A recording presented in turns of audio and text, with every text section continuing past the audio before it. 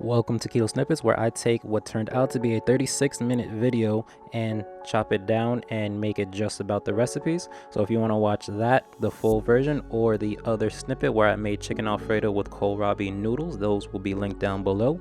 But in this video, we are talking about how I made the shrimp ramen for this week's meal prep. Just a heads up, ramen is in quotation marks because this is inspired by ramen. This is not a traditional recipe. This is my low carb meal prep version, which takes a lot of liberties. But let's get started. So I like to start every meal prep by prepping my vegetables, which in this case would be cabbage, peppers, onions, and mincing some garlic, as well as grating some ginger. I did try to cut these into strips for a more noodle-like feel.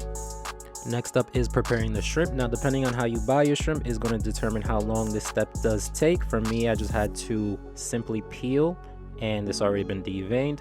So wash them off a little bit and put them in a bowl to start with the ingredients, which for this one is salt, pepper, garlic powder, red pepper flakes, cayenne pepper, along with the grated up ginger and minced up garlic.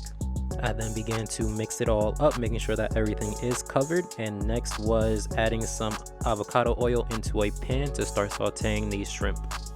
Now this is technically a one-pan recipe because we're going to try to build on the flavors. So to start is the shrimp, and I placed them in a circle just so I know in what order to take them off. I don't want to crowd this because I don't want these to steam. I want these to be able to develop a nice crust on the bottom.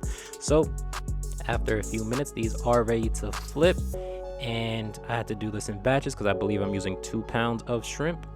Now I am a person who goes by look, so once these look amazing, that is when it's ready to go. Then the next step is placing the peppers and onions into the pan. I put a little bit extra oil just so that all that stuff on the bottom does not burn.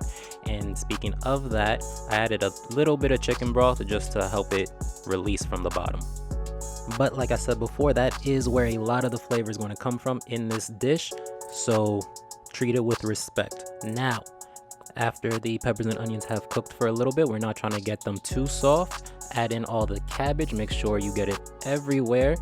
I did have some leftover good stuff in the bowl that I used to season this shrimp, so I added about a cup or two of water to that bowl and added that to the pan so it can help it steam up a bit and place a lid that is too small, but it is important to have some of the steam escape. So this is fine for now. This will wilt down and I will eventually use a larger lid.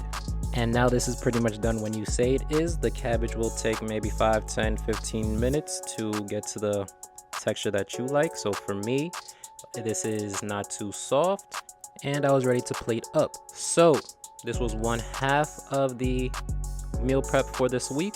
The other half is a chicken alfredo with kohlrabi noodles. That will be linked down below if you want to watch that snippet. And the full meal prep is also linked down there, along with my attempt to make a shrimp ball, which didn't come out that great looking, but it did come out tasting very good. So I thank you for watching, and if you are interested in learning more, seeing more of these small little things, I'll keep this outro short. Subscribe to the channel and like this video if this is something that you like over the long form version of this.